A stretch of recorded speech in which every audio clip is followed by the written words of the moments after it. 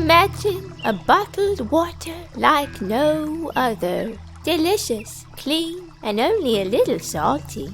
Introducing Henley's Tears, drawn from a lake of human tears deep in the heart of the forest and bottled by me, Ghoul, for your drinking pleasure. Only a lifetime of misery and pain could make a man cry so much that he fills a whole lake with his tears. So when you drink Henley's Tears, you're not only drinking water, you're drinking the distilled sadness of a man who hates himself. And that zesty tang is what makes it so special. But don't just take it from me. Ask this guy. Here, sir. Take a sip of this delicious beverage. Please let me go. I won't chop down trees anymore, I swear. Drink it, bitch! Well? Oh, that's salty. So buy Henley's Tears from me, Ghoul. It's pure because it's been passed through the eyes of an idiot.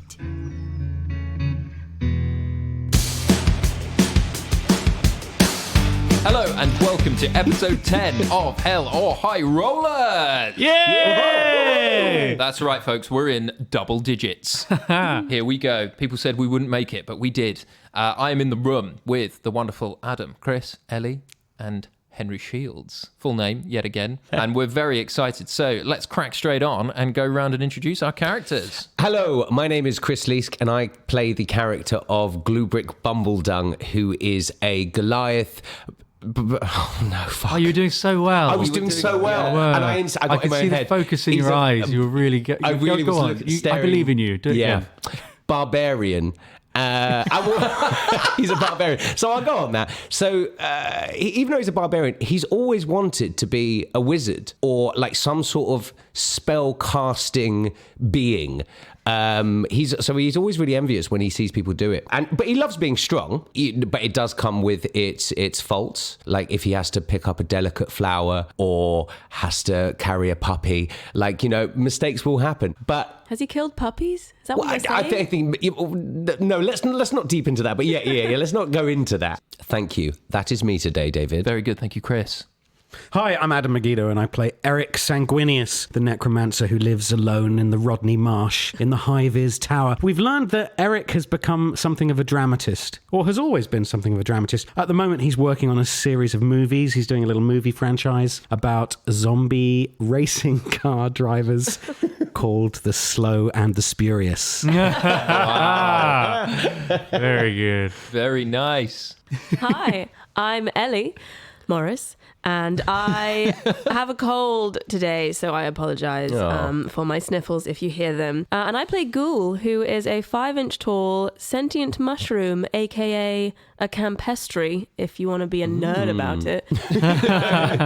I'm loving Ellie's cold attitude today. Yeah, it's this nice. is giving me a lot of edge. A bit pissed off. And a fact about Ghoul is that he has never had a cold because he's friends with all the germs. Oh, topical and sweet. Are they nice? They're lovely. Which is strange because, they're quite mean to people with what they do to They're you. just trying to survive, man. Yeah, they're just doing what they can. Yeah, you're racist. Yeah, back off. Sorry, man. Chris Lee's germ All racist. friends with gems. Gems, not gems. Damn Puppy it. killer, germ racist. What's next, Chris? It's not GlueBrick. It's Chris Lee's. It's Chris Lees, doesn't like germs and likes pigs beating other pigs. I thought that was GlueBrick. Yeah, no, sorry. That's out now. It's out now. Hello, I'm Henry Shields, and I play Henley Whispers, a.k.a. Tree Weird. God, I was really not sure if anyone would get that. No, that is good. It's niche. Yeah, it's niche. good. Human ranger, poker player, that which others won't say, sayer.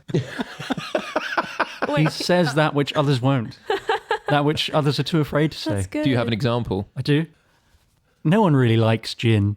Oh, I genuinely really like gin. You don't know. It's awful. You don't. You like the idea of gin. I like a gin and tonic. Do you It's like like go-to drink? drinking perfume. Do you know what I mean? It's got like a weird scent to it. Those are botanicals, Chris. Well, that's one of his many things that he Very nice. say that others won't. I have a list, but Can I have another one? One more. you can have one more. Okay. Marriage is just a scam to sell dresses and cake. Nice. I Yeah. don't disagree with that. Henley. Yeah, me neither. But people are afraid to say it, especially if you're at a wedding. Is this Henry or Henley? It is very hard to tell. Very good. Shall we begin episode 10 of Hell or High Rollers? Yeah! Double digits. God, it's creepy.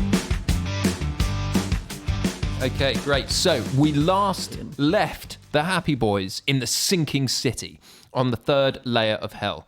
And you had just spotted a poster for Eric's play, which was Glengarry Glen Zombie. Yes. Which said, ABC, always be, come into the show. There is something even more terrifying than that poster right next to it. And it is a poster of the four of your faces crudely drawn underneath with big words that just say, wanted. Is there a reward? 10,000 soul shards. Wow. Hey guys, we're famous! Yeah.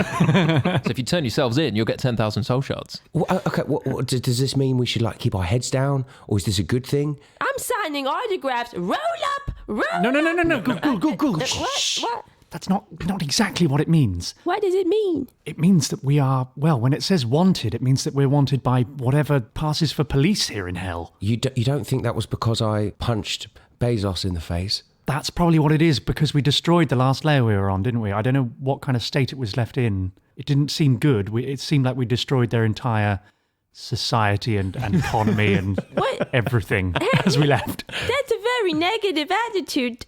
Can't they just want us for nice things like cutting ribbons with big scissors and delivering babies? I suppose it is technically possible that this wanted poster is just people who want us to deliver babies. But this is hell, and I do not intend to find out the hard way. I think we should disguise ourselves. Okay, disguise. It's a good idea. Can we look around? Is it what's around us? Is there a kind of market stall? So on this kind of notice board that you see with these posters pinned on is a huge map of the city, of the sinking city, and it's split into 4 sections. It's split into the Fiend District, the Merchant District, the Visitors District, and the Reactor. Oh. Ooh. Well, the reactor, that's the thing that we need to shut down, isn't it? Why don't we disguise ourselves as engineers to go and fix the reactor? Go to the merchant section and get some cloth and make boiler suits. I think that's a great idea. Right, come on, let's go. What do we do right now? There are posters of us presumably all over the city. Rub your face on the ground, quick! All right, you do that. Instantly does it. I'm going to use my disguise kit to put on a disguise. I'm going to use my disguise self spell to put on a disguise. And Ghoul and I are fucked. Rolling in the dirt, Rolling in the Yeah, dirt. we're rolling in the dirt. hoping that it will just camouflage us completely so we'll blend in with the ground. Well, Ghoul, We have to crawl. Yeah. Ghoul, you could hide in a bag and peer out through the bag like a satchel bag or something. Yes, bring me a bag. Well, I have a bag. You could hop in the bag. I shall. But Be careful, there are lots of material components for spells in there. Do not get confused with them.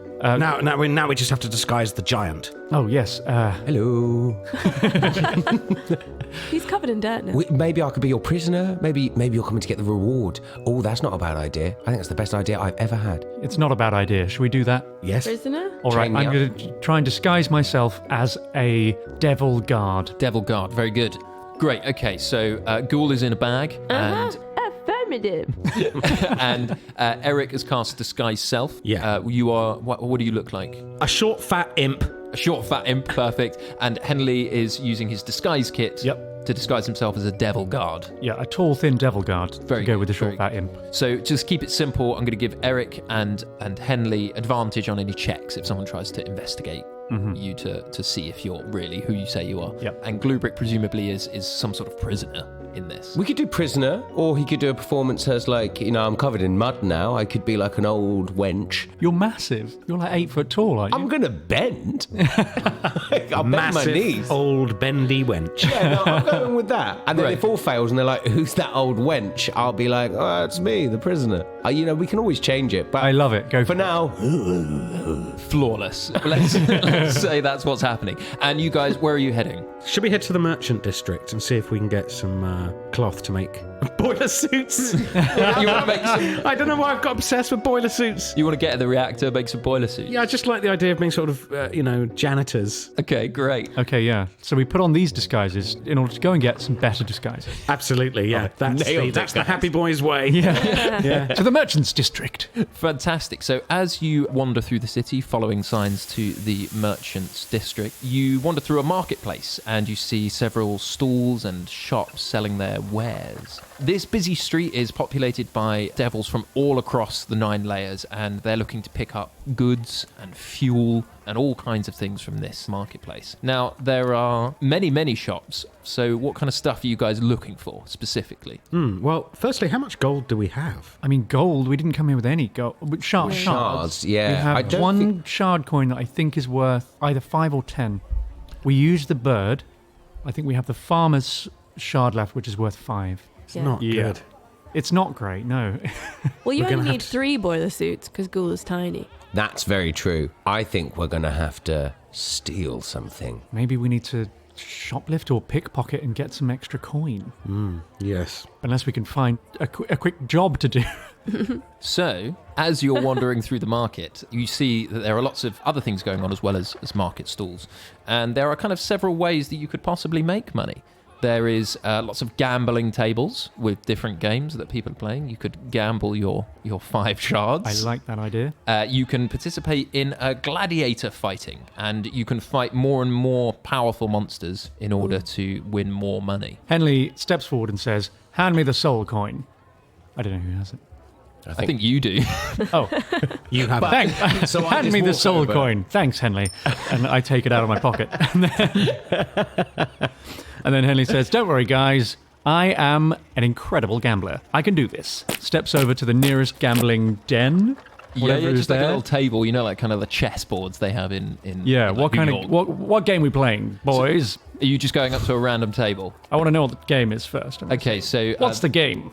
the first one is sort of little orc looks up to you and it's just like, I can't draw. You I can't draw. Draw.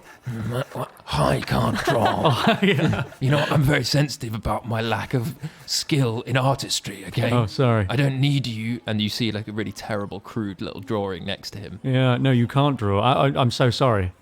Fuck you, man. I was just agreeing with you.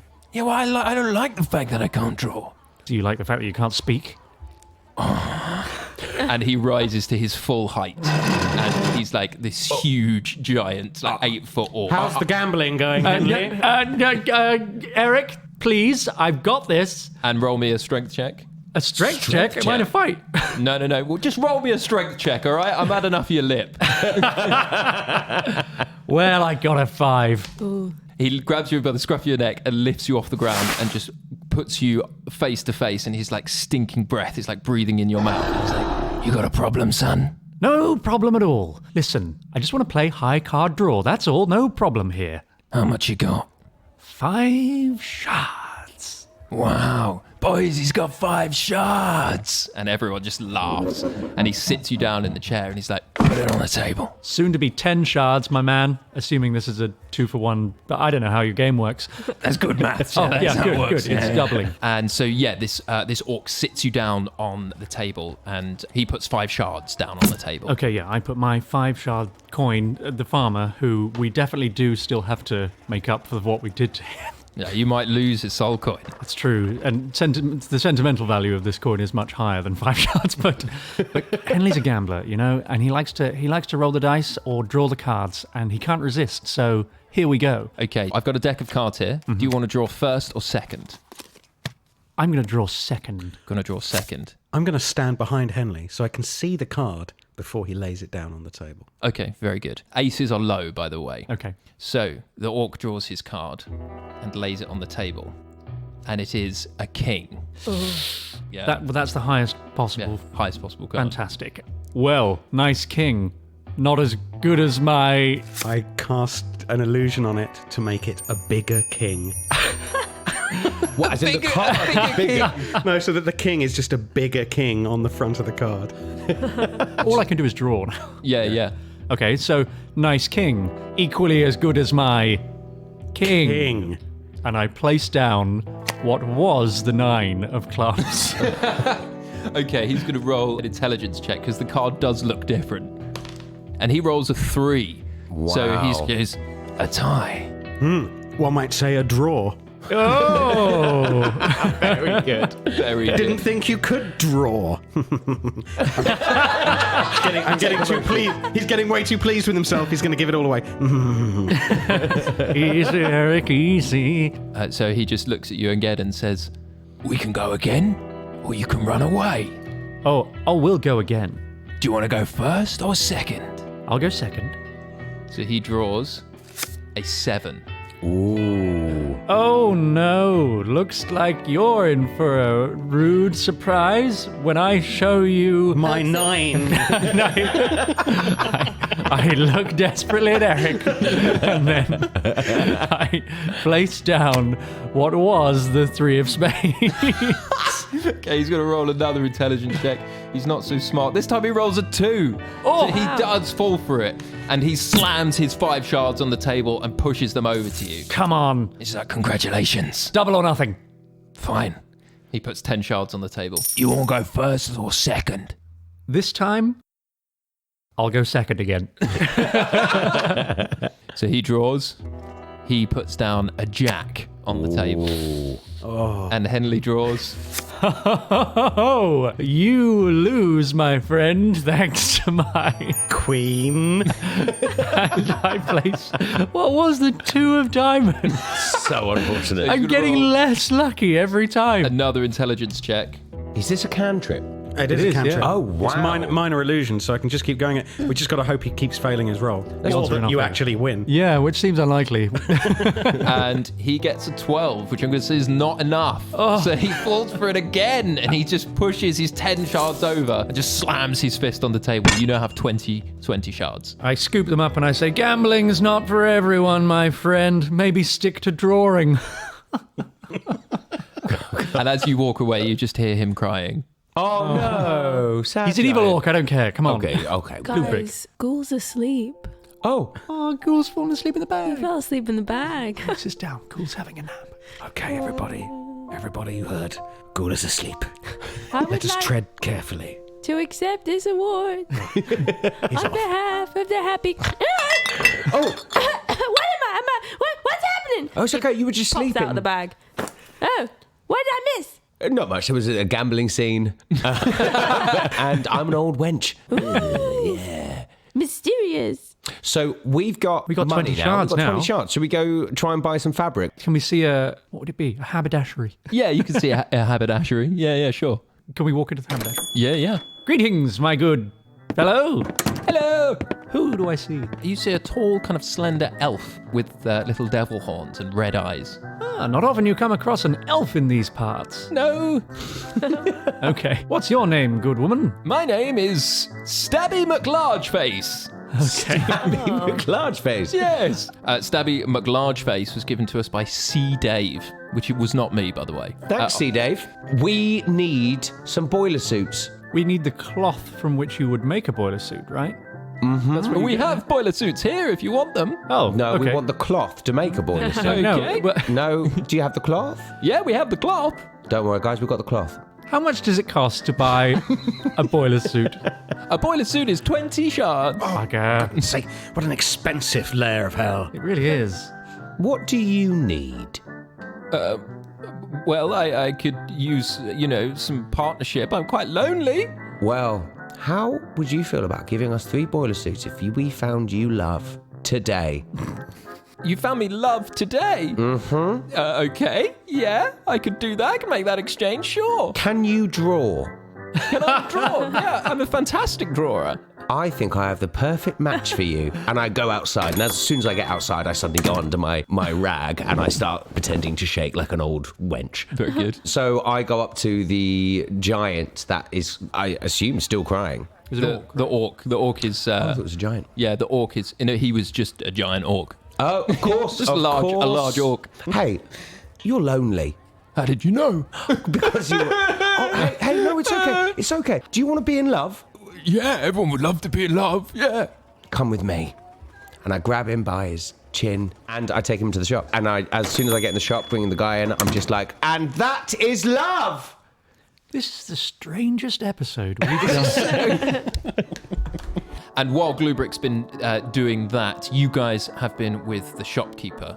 I've gone down to the boiler suit section. I'm just browsing, humming, and looking through the boiler suits. Very good. Trying to just figure out which ones might be our size. Yeah, you can find ones that are all your respective sizes. I do that thing that people do in shops where they take the ones they want, but they put them at the end of the rack.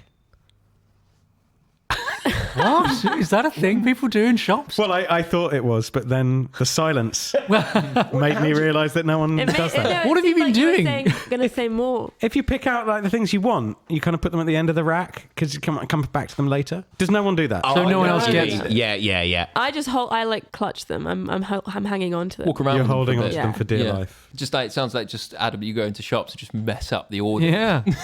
That's my MO. Yeah. So are you often going into shop? This is absolutely off topic. Yeah, but let's not analyse this too closely. But yeah, Are you often going into shops, finding things that you like, hiding them, and then leaving? Well, no, hold on. I'm not hiding them. I'm just putting them at the end that I know where they are. Yeah. So I can go around the rest of the shop and then I can come back to them. So you can get to them later. He's just shopping. The man is shopping.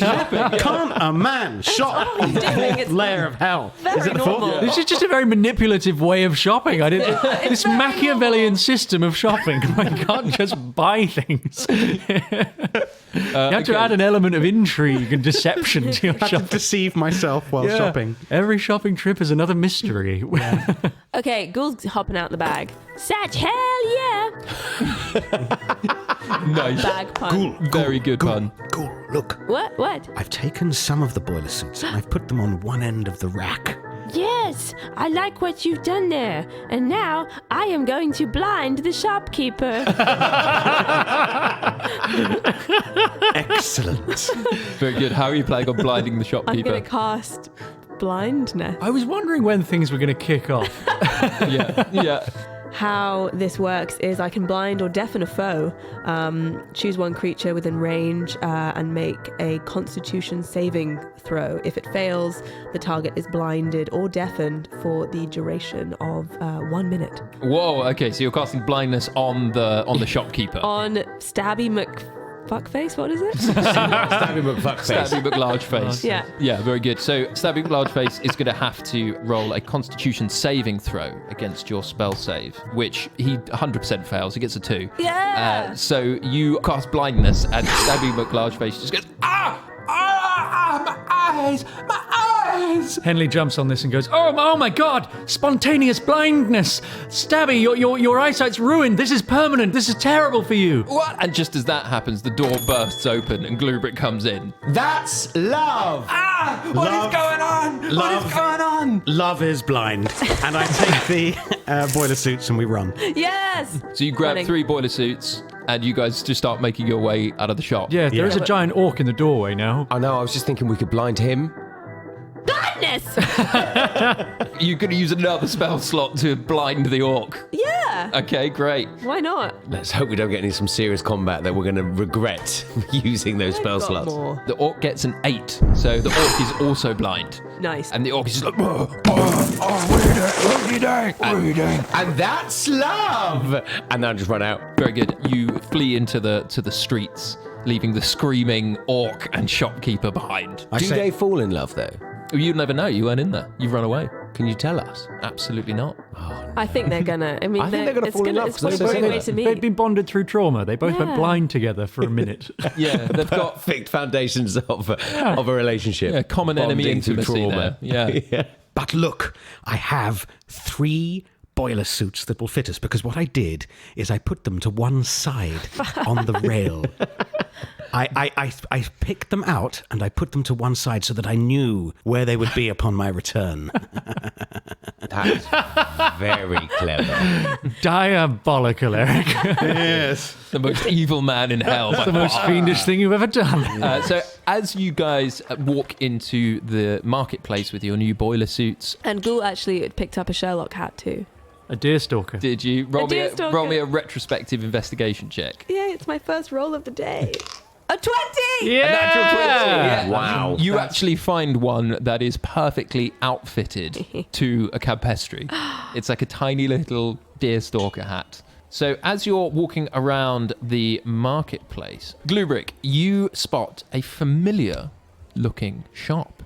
It is a ramshackle shop with a huge sign over it that reads Bumbledung Jam.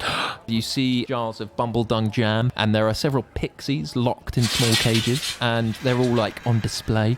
No. Guys, do you see what that says? Bumbledung Jam. But that's your name. I'm a It is. detective now. Okay. Well, then, would you mind coming with me, and then maybe you can help me investigate what this is about? Yes. I march over. All right, GlueBrick. May I inquire about this delectable jam?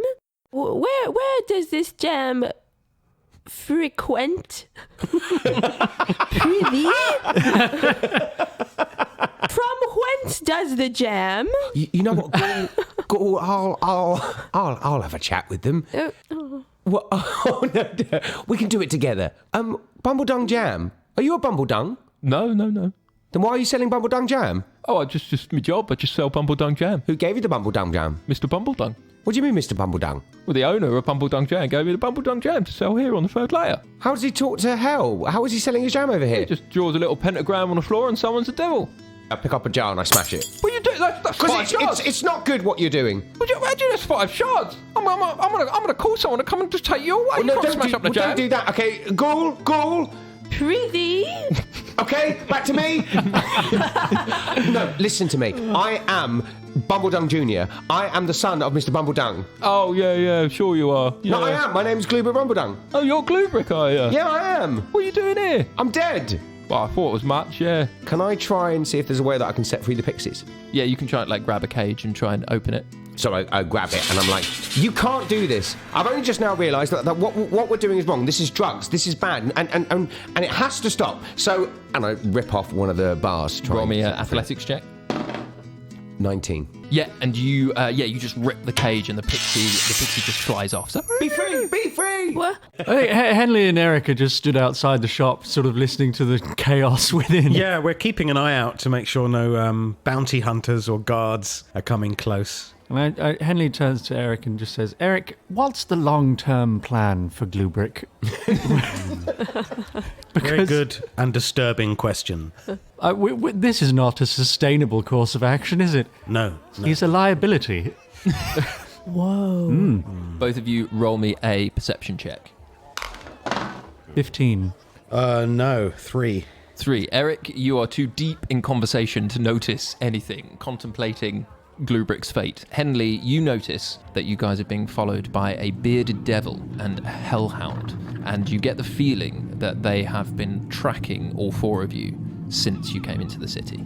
Eric, don't give anything away, but I think we're being followed. Hey team, so today's episode is sponsored by the amazing folks at Dum-Dums and Dragons, a podcast where professional improvisers and comedians play Dungeons and Dragons. It's like Lord of the Rings if everyone was an idiot.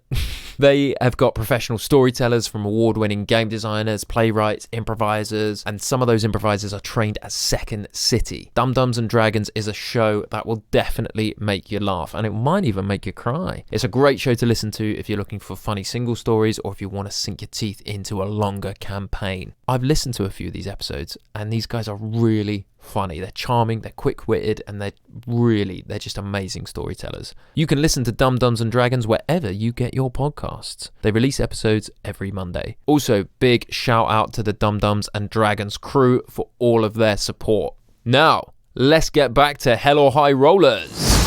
Sorry, miles away. What was that? The devil over there, the one with the big snaky beard. I look round really obviously. No, Eric, What? just try to just stay cool, man. I turn around and I just do a massive yawn, like a real...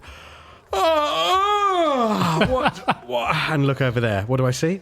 You see a bearded devil and a hellhound, and they're not actually looking at you guys at the moment. They're looking over to GlueBrick and Ghoul, causing commotion at the store. Yeah, I think if you look through the window, it's just me just smashing things, going, no more jam! We need to get out of here quickly, cause distraction. What if we intercept them, stop them at their own game, and defeat them before they get to us? All right, good idea. And I blend into the crowd in my disguise and try to position myself between the bearded devil and the shop. Great, roll me a stealth check. Oh, it's 12. Yeah, I'm going to say that because they're looking at GlueBrick. So yeah, you managed to do that. You get in between the bearded devil and GlueBrick in the shop. Eric, what are you doing? I'm going to follow him. Great, roll me a stealth check. I rolled an 8. That makes it a 10. So as you walk over to the shop, trailing Henley, suddenly in front of you, Henley, you notice this, but Eric, you don't. You notice the dog disappear, and the dog reappears in front of Eric, and it growls, and it has a surprise attack on you, and it takes a chunk out of you, You little shit. Ugh. doing 2 damage. Okay. Can I react here? Yeah, Henley and Eric are now in combat with the bearded devil. Are they Okay, in so the I'm- jam place? No, they're outside. Okay, they're outside. inside. But I'm Yeah. hidden in the crowd, right? Yes, the bearded devil hasn't seen you yet. Okay. I'm going to magic missile this thing in its face. Nice. Are you attacking the dog? Yes, I'm attacking the dog. 3 glowing darts of magical force, each doing d4 plus 1. Roll me for damage. 12 damage. Yes, so you hit the dog for 12 damage, and the dog is not looking great. And is Henley going to do anything, or are you going to stay hidden for now? I'm going to cast Hunter's Mark on the bearded devil, mark him as my prey, and that's a bonus action. Okay, great. Cast that spell. And then I think I'm just going to have to go for it, so I'm just going to have to shoot him with my longbow. So roll me an attack roll. So that's a 20. That hits. So I kick aside the crowd, draw my longbow. Kick and aside the whole I crowd. just kick aside the crowd. I loom up out of the crowd and I draw my bow and fire and I hit, and then I do 1d8 plus 4 damage, and then I get an extra d6 because I've marked him, and I get an extra d4 because of my dreadful strikes. Wow, okay, that's a lot of stuff. 20 damage total. Wow. Your arrow thuds into the bearded devil's back, and it's looking okay. And while your arrow hits and your magic missiles thud into the dog, we cut back into the shop. And what are GlueBrick and Ghoul doing? Now you gotta give us all your profits right now. This is the heir to this fortune. I demand it. Yeah, give me my money. I'm going to give it to charity. You want the money? Okay, fine, take it. And he opens the cashier drawer. And give me your recipe so you can't make it again. Well, I don't make it. I keep trying, I don't make it. It's Where'd nothing you to get it do with from? me. From your dad in the immortal realm. Blindness! Blindness, yeah, go. I'm gonna go. You're out of spell slots. I think you're out of spell I'm gonna go slots. too. You only get 2 second level spell slots. Yeah, so you just Okay. shout blindness. Okay. Blindness, and then realising Ghoul can't do it, I just and then poke him really hard in the Yeah, eyes great. with my fingers. Great. Roll me a dexterity roll. 16. I'm going to roll an opposing dexterity roll. He also rolls 16, so I'm going to say he does that thing where he puts his hand in between his yeah. eyes and your fingers don't make it. Okay. So it's like a stalemate. Okay, I just kick a jam. I kick a jam. I'm telling you, I'm just selling the jam. But you shouldn't be selling the jam, it's bad jam. So, yeah, I know it's bad jam, but it's a job. Right, okay, listen to me. Listen to me. If I find out you continue to sell jam, I'm going to tell the police. Do you understand? And about what you're doing. So this is your last and final warning. Okay. I'm taking the pixies with me to set them free in the sky. Okay. And I'm taking some jam. But GlueBrick, won't your dad be mad? Well, maybe, but I mean, I've got a serious word that I need to have with him anyway, so. Happy boys, we could use your help out here. Oh, shit. And then run outside. Yeah. And as you hear that, you turn around and you see the bearded devil turns and goes for Henley. So the bearded devil gets to make 2 attacks. And what is your armor class, Henley? 16 now, because I have actual armor. Yes. And it swings its glaive at you and it glances off your armor. And it does a full circle and spins back around and whips its beard, its bladed beard at you. And that also glances off your armor. Neither of those attacks hit. Ha ha! And the dog currently engaged with Eric, and it hits, doing another 4 damage to Eric. So you guys will get to have a response as GlueBrick and Ghoul come flying out of the shop. I cast Chill Touch On the dog. on the dog, which should do... I have to roll to hit. 18, so I'm pretty sure. 18, yep, that your chill touch hits the dog. 5 points of necrotic damage. Very good. And the dog is still up as your chill touch grips its icy hand around the poor dog's neck. Okay, so I've managed to dodge 2 of the attacks from the bearded devil. Yep. And now I'm actually just going to drop to one knee, draw my bow, and completely ignore him and shoot the dog. Yeah, great, you do that. Yeah, so roll me attack. It does mean I don't get the extra damage for the hunter's mark. Oh, it's not good. It's only 10. 10, your arrow flies wide. That's a shame. If we're surrounded by like crowds and stuff like that, where if it goes wide, does it hit anyone else? Roll me a d20. It's a 14. 14, yeah, it hits. 14 people. No, I'm going to say, because you pointed it out, it hits GlueBrick. Oh, you bastard! I'm just trying to tell a nice story. Yeah. Roll me damage. Yeah, sure. Sorry, mate. That's 11 points of damage. Jesus. 11 points of damage So I to managed to GlueBrick. shoot the bow. The arrow went right into the shop, thudded into. No, because they're running out of the shop. Oh, they're running out of the Yeah, shop. I yeah. see. You ran into the path of the bow. Yeah. GlueBrick, that's as much your fault as mine. Oh, yeah, right. I understand. Never mind. Want a hand? Yes, please. Like, who would you like me to go for? Well, GlueBrick, I think you should just go with what your heart tells you, because really, we don't have time to even have this conversation, really. No, that is completely fair. Thanks. Okay. I throw a jam jar at the man's face, and what I'm hoping here is that it smashes in his face. He then has to lick his lips, and then he has the jam, so he then gets drugged up. Okay, fantastic. Roll me a dexterity check just to see how accurate the throw is. 13. He dodges out of the way of the jam. It just flies straight past him. Does it hit me? Roll me a d20. 2. Yeah, it does hit Henley. Yeah, I shot you. You threw some jam at me. Sorry, Henley. Roll me a constitution saving throw.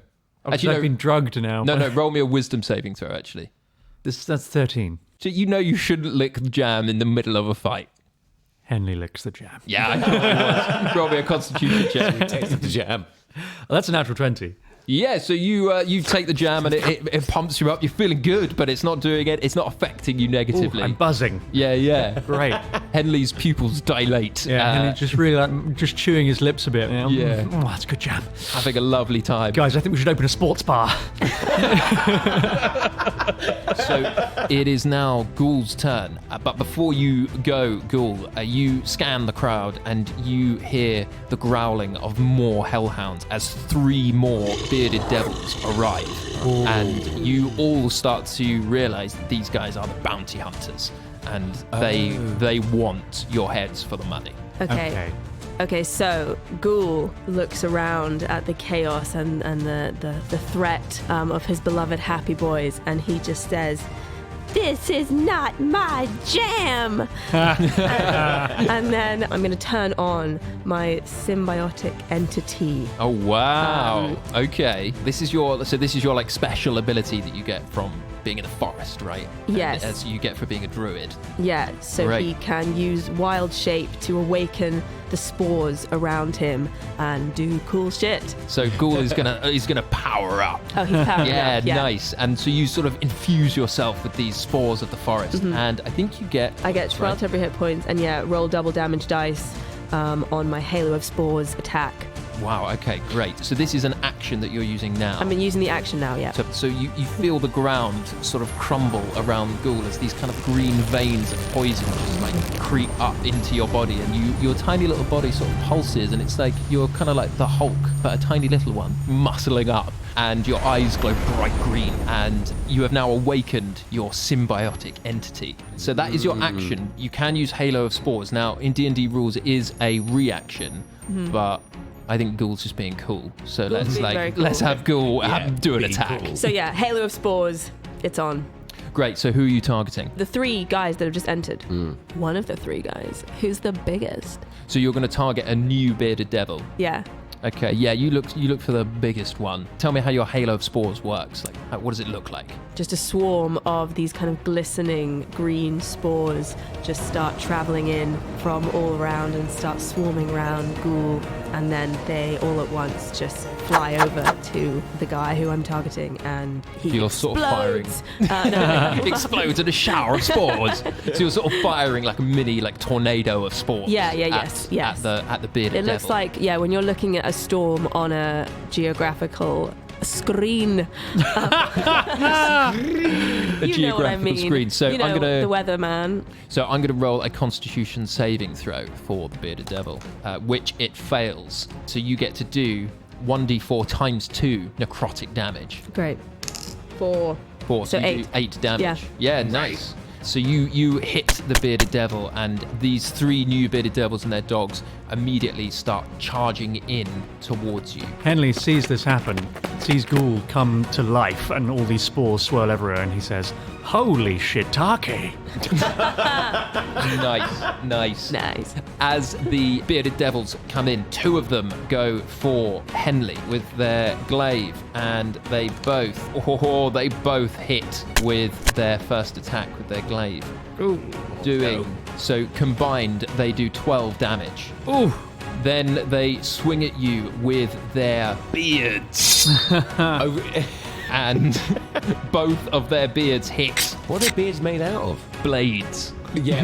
Knife beards. Yeah. They got knife beards. Both of their beards hit, doing another 12 damage. Oh, God. And the other bearded devil and the 2 dogs go for Eric. And Eric, your armor class is 13, right? 12. 12, just testing. And the other bearded devil and the 2 dogs go for Eric. And they swing, and both of their glaive attacks hit again, doing 18 damage. I'm down. Oh, And Eric is down, and the dogs are circling Eric. Into death saves. oh no. Eric's into death saves. Ghoul has powered up. Henley is fighting off now, I think, 3 bearded devils. Yeah, GlueBrick, help. I think, sorry, but I think seeing this, I kind of start panicking. I start feeling my skin bubble over. My eyes start to turn red. Was that the colour I went for? Yeah, I think you Yeah, were. red. Yeah, of course. And then I turn around and I look at the shop, and I kind of have a moment of like, oh, is this what my father used to make me do? So is GlueBrick going into a rage? Do we need to roll? I think he walks away. I don't think he wants to get in the rage. Yeah, so I think he turns around and he quickly closes the door because he doesn't want to go in the rage. He doesn't want to kill anyone, doesn't want to hurt anyone. So he goes back in the shop. I'm sorry, yeah. I think he goes back in the shop, and I think he just falls to the ground, and he's shaking and he's scared, and he looks at the cage with the little pixie in, and he just says, I too know what it's like to be trapped in a cage. Oh, GlueBrick. GlueBrick, what are you doing? Are you having a moment in there? We need help. GlueBrick, come on, finish him off! Busy! The number 2. Oh, no. What? So, is Okay, my... what- So the Sorry, happy boys guys. are getting mullered Sorry. outside by these bounty But what hunters. about Ghoul's power? Ghoul's power is holding them off as Yes. much as Ghoul can muster. Okay, so Eric, roll me your first death save. 19. 19, that is 1 success. And so we come around to Henley. Okay, so I'm fighting 3 bearded devils, and they're ruining me. Yeah, they're absolutely... And they get 2 attacks each. Okay, so I think I'm going to have to use my turn to disengage, get out of their range. So I'm going to slip away from them and just try and move over to where Ghoul is in this sort of whirling tornado of spores. Okay, so you're using your action to disengage from... I'm going to go and, disengage and then Right. jump behind Ghoul, who now is sort of a mega mushroom, and hide behind there and go, whoa, that was a close shave, because the beards. Nice. Nice. All good jokes need explaining. Yeah. And so, Ghoul, it's your turn. Okay, so Ghoul is concentrating on his Spornado. Nice. And he's going to cast Ice Knife. And he says it like this. Ice Knife! And a little rock guitar thing plays. Yeah, a little distant devilish sting. Yeah. Yeah, nice. And who are you casting Ice Knife at? The guy that I'm... You're still attacking I'm the still same, attacking the same one. guy. Well, is he down? Is he took 8 damage, so I don't know. Oh, what, the bearded devil? Yeah. No, he's fine. Okay, well then I'm going for him again. So roll me spell attack. Add 6 to it.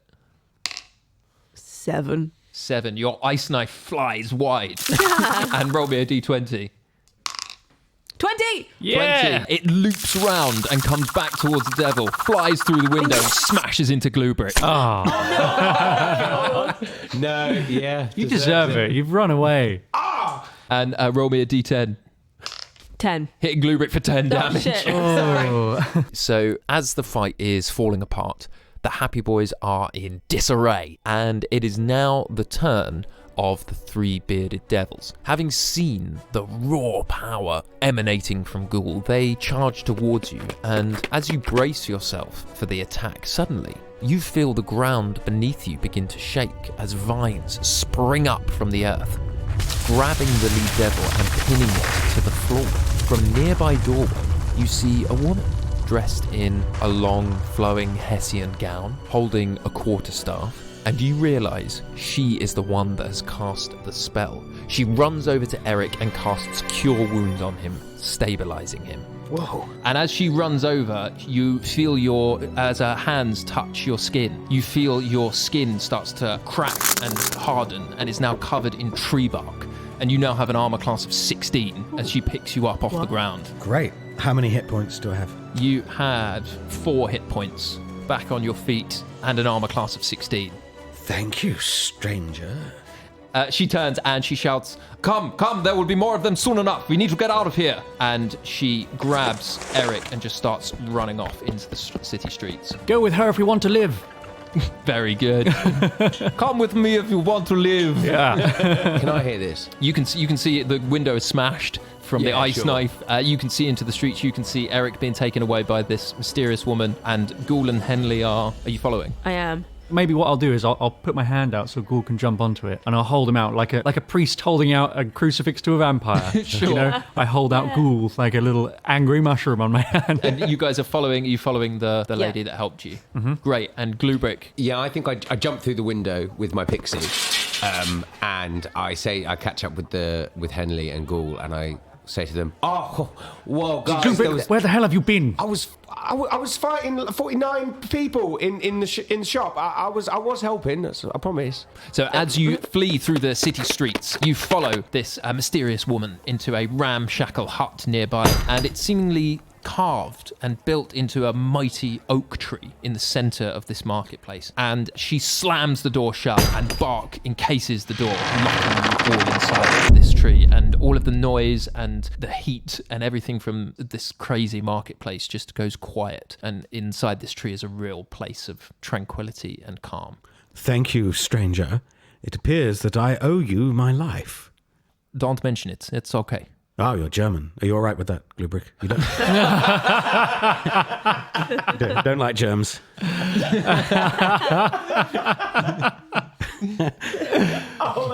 Very good. Why did you save us? You have the bounty on your heads, yes? We do. Yes, I suppose so. Yes. I don't like to see the way that people are treated on this layer. People are not kind to each other. But you don't know what we could have done. We could be murderers for all you know. We are No, murderers. we could be. No, it's okay. Don't. Technically, I am as well. We're all in hell. So but some people, I believe there is goodness in some people. And who are you? My name is Thunden. Well, thank you, Thunden. I look around this curious place. And you get the sense that Thunden is a sort of woodland druid, a woman of nature and sort of tranquility and calm. And there are sort of little plants in plant pots around and sort of trinkets on the walls and stuff and little bowls of sort of fresh water. Thunden, I have this little pixie here, and I was wondering if you might be able to, with your druidness, be able to set it free in the right place or whatever. Oh, yes, of course. Please, hand it over. I'd throw it to you. Thunden just catches it. And she puts the little pixie down, and the pixie's just drinking from a little bowl of water, and she's just stroking its little head. Henley places Ghoul down carefully on the table. Says, "Well done, Ghoul. Good work out there." Thanks, Henley. You weren't so bad yourself. Put her there. And he holds out his...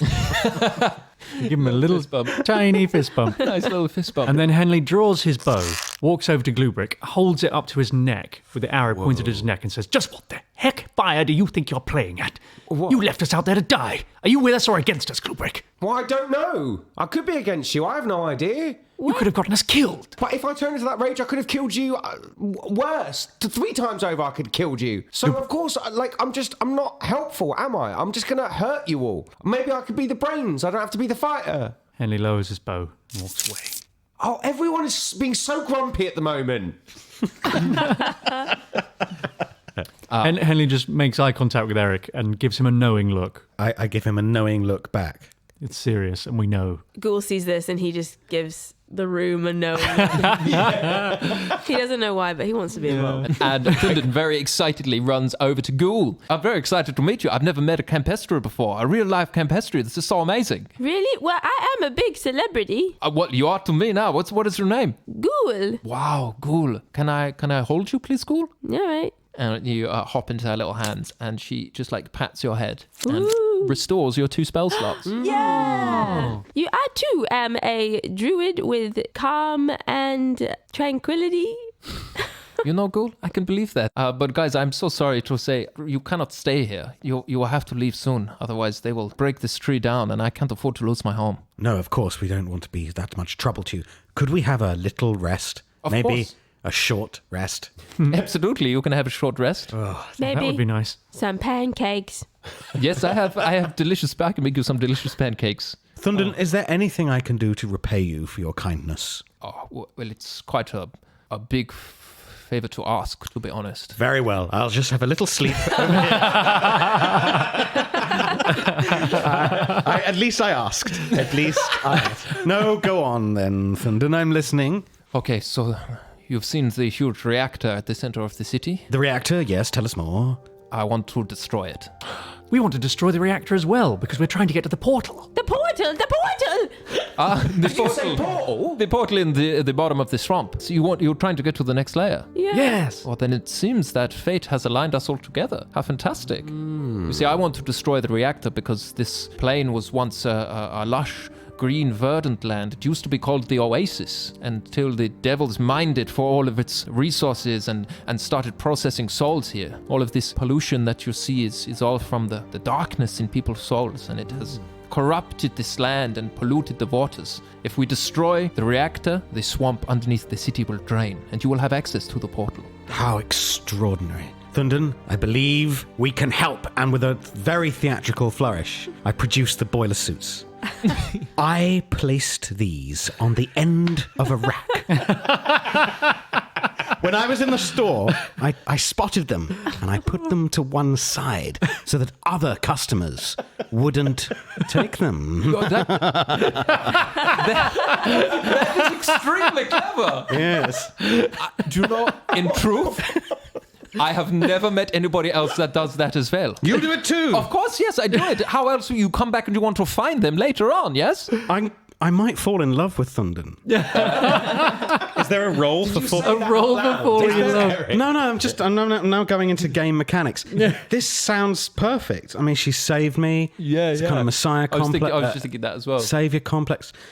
Tell me more about Thunder. This might be a moment. I don't think Eric's ever been in love. He's a bit of a loner. So, Adam, have me roll me a perception check. Wow. Oh, okay, 17. With your 17, you can tell that Thundern is quite animated, and while she's talking to you, she is blushing. I'm overwhelmed. But you did this with all 3 of the boiler suits. Yes, I thought I was the only one. No, I do it too, because sometimes you don't know if you want it yet, and then you come back around and you get to have a second decision, but you don't have to search for it the second time. Exactly. Yes. And a single tear just brings up. Henley in my eye. Henley sees this happening and thinks he's going to wingman. And so he steps in and says, Thundern, Eric's about to appear in a very popular play. Oh, no. Well, I'm embarrassed, really. I tend to be a more behind-the-scenes sort of man, but when occasion calls upon it, I can tread the boards. Is this the play on the Plains of Avernus? It is a play that I wrote that I think has been stolen from me. But whether or not the production is any good, the jury is out. But you are in the production.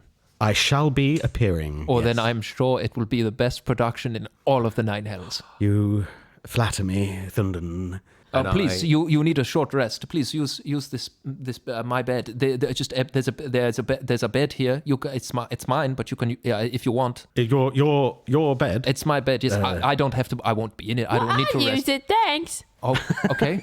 Henley goes and curls up on the bed next to Ghoul and lies there to have a little short rest. But before he does, he whispers to Ghoul, we need to talk about GlueBrick. All right.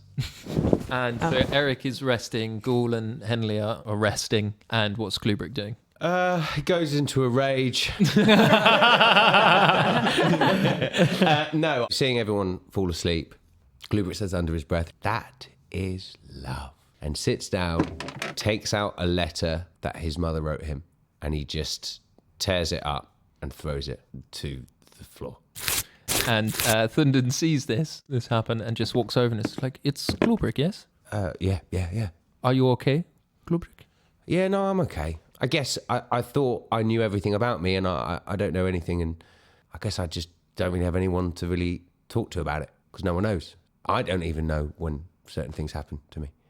I know the feeling very well. I've been in hell for a while now, and when you're on your own, it's incredibly hard. And also, if I may, one good thing about hell is that it really forces us to face who we really are.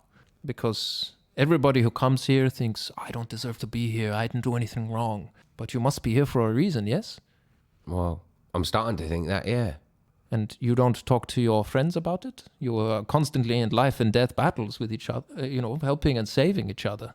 They seem like people that you can trust. Well, maybe I can talk to them then. Perhaps you should try if you haven't already. Okay.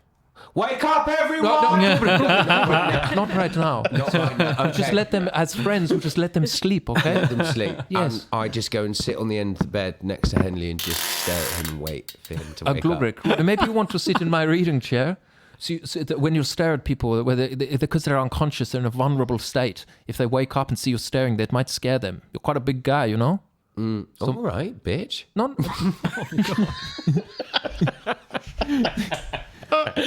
But you don't think you're a big guy? No, I guess I am. I just thought you were attacking me. No. You must try and trust people more, GlueBrick. I'm just saying what I see. You're a big Goliath of a man. All right, okay. Yeah, powerful, very, very strong. Powerful and strong, yeah. Okay. And this letter has meaning to you? Oh, it was a letter my mum wrote me. Did you not like your mother? Is that why you tore up the letter? No, my mother left when I was young. She went sailing, and this was the last ever letter I got from her, and it was never finished, and I've always just kept it with the hope that maybe one day she'll come back, even though everyone's telling me that she's not coming back, she's dead.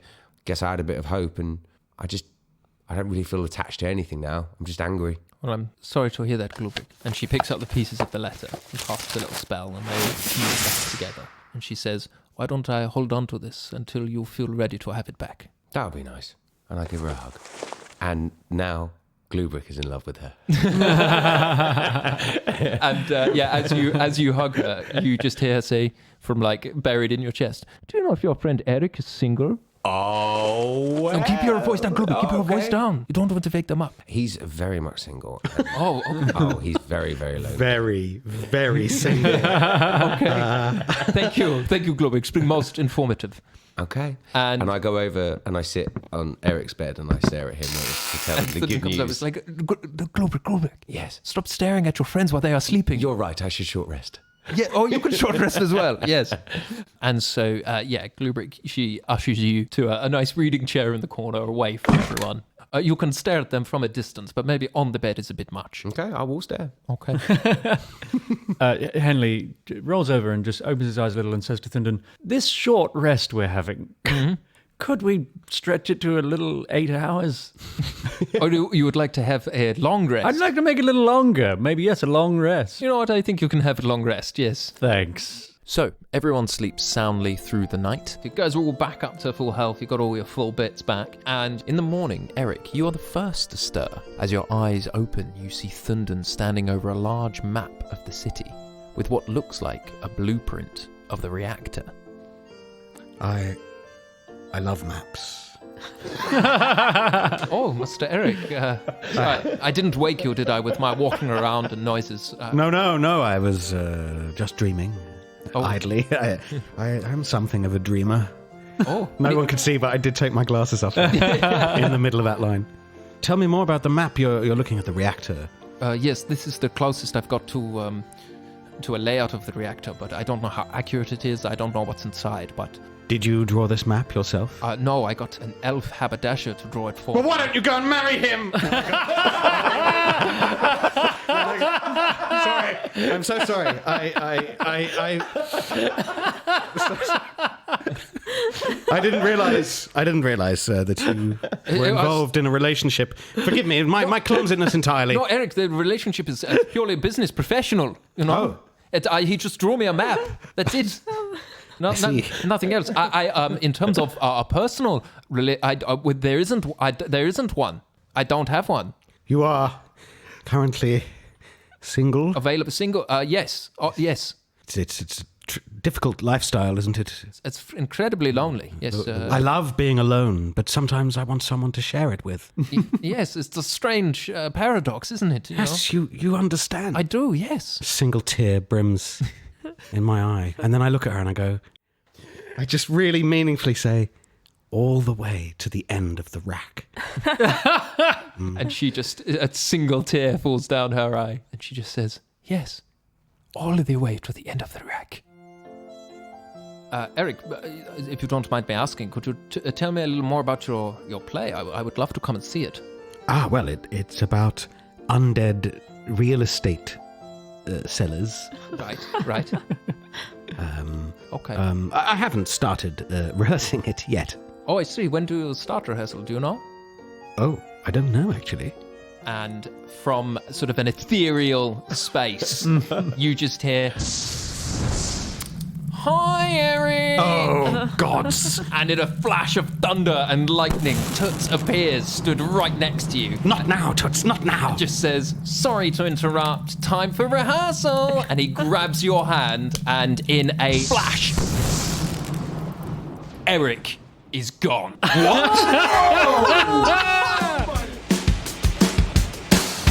Thank you for listening to episode 10 of Hell or High Rollers.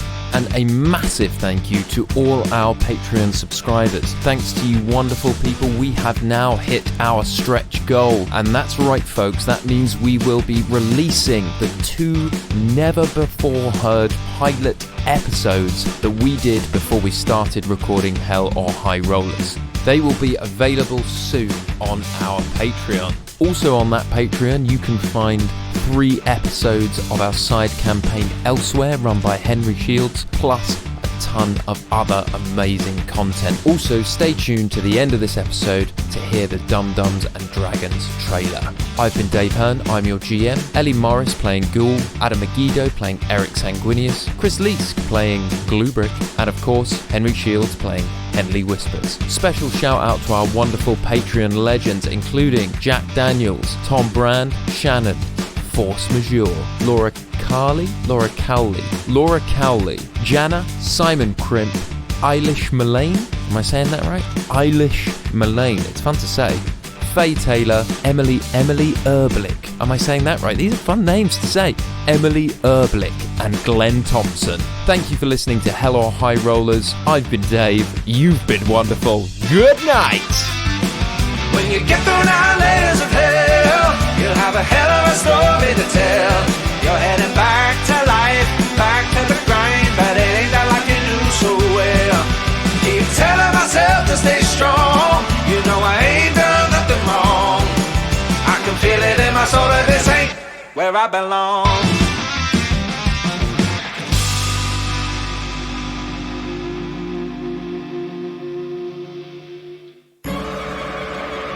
You're invited to check out Dum Dums and Dragons, a podcast where improvisers play Dungeons and Dragons for the very first time. Join our 3 heroes: Quinny, a thief who escaped prison by serving his full sentence; Alan, a wizard who doesn't understand magic has consequences; and Butthole, a cleric who prays to a god he invented, as they save the world alongside special guest heroes, including Not Peter Baelish. Brings us to Not Peter Baelish. I see the wand near the back of the court, and because I'm not Peter Baelish, I don't really care about people, really. So I cast Thunderwave in the direction of where the wand is because I assume the wall of people caught up in it will maybe kind of hit the guy. So a wave of civilians are thrown sort of across the courtroom against the south wall. The Acolyte manages to duck behind the wave of humanity. There's a lot of moaning and kind of writhing. You get the sense that they're hurt but not dead. People who managed to dodge the wave are like screaming because this is not what they expected when they came to court today. Worth it. Dum-dums and dragons. Check it out now